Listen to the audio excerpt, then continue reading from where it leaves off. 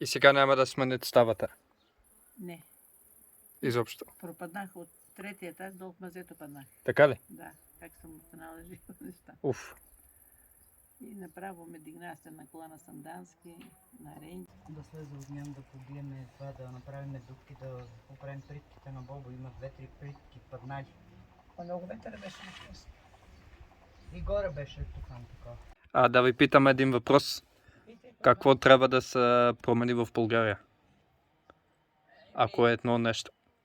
Много знам баба, що да се промени. Да е убаво за народа, чедо. За народа да е убаво. Тия събрания, сесии, сигурно избори пак има. Тия работи са лоши. Да. Дано е за убаво да е. Политиката, да се смени. Да няма войни, чедо сам. Какво е мнението ви за Русия и Украина? Какво ми не е убаво. Гледам колко народ, малки дечица, стари хора, как ги мъкнат. Лошо е това в Украина, но стана. Това Путин ще напади, не знам. Аз съм била в Москва. Така ли? Ходим на екскурзия с мъжа ми. Най-малката беше 6 години. И като тръгнахме, плаче, и аз викам, няма ти докарам подарък от Русия. 5 дена бяхме там. Хубаво ли? Хубаво е. Москва. Друго от София? Друго е. Да. Голема е. 5 дена бяхме там. Не искате ли поне да видите Истанбул веднъж? Много хубава баба, ама с кой кидаш? Не мога да пътувам вече аз.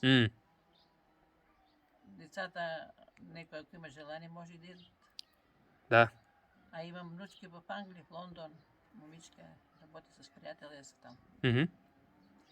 Имам моменти. Да не ви вземат към Истанбул да видите? Ки ме вземат.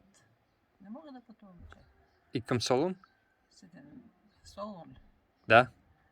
Солун, некой път. Не сте ходила или? Като да пред деца. Не съм ходила, като да пред децата може да ме заведат. Към внучки имам, там са акушерка. Да. На море ходихте ли? Не сам, чедо, не съм. Никога? Не. И на Черно море? Не.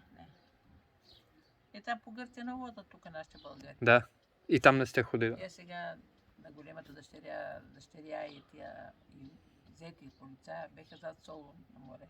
Да. Днеска се прибират в Сандански живеят. Ама за вас е близо Солун? Не е много далеч. Поне в Гърция съм ходила пред децата, знам.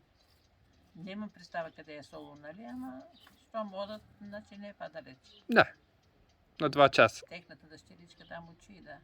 По-малко. За шофьорка, иска кола. С една приятелка от техното село пак. Вие не пиете въобще ли? Не. Безалкохолно пия. Не бира не пия. Много редко така некато. Вино? И вино, ама не. Ама българското вино е хубаво. Лимонада и безалкохолно ги пием. Да. Само да внимават да не пият кола карата, това е лошо. Не трябва. Пиенето е лошо. Ами като цяло, да. Been given these very nice summer pears by some friendly people. They come straight from a garden. Very cool.